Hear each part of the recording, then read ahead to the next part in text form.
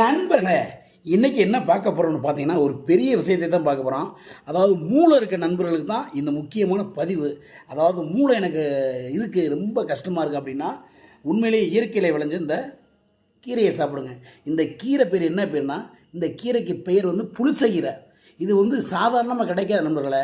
உண்மையிலே எனக்கெல்லாம் மூளை இருந்துச்சு. நான் வந்து நிறைய அளக்க போய் ட்ரை பண்ணி பார்த்தேன். இந்த கீரையே கிடைக்கல, இந்த புளிச்சக்கீரை.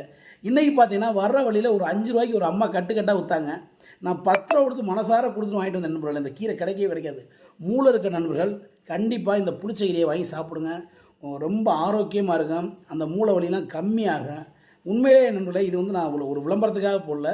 மூளை இருக்க நண்பர்கள் இந்த கீரையை வாங்கி பயன்படுத்துங்க. உண்மையிலேயே நல்லது.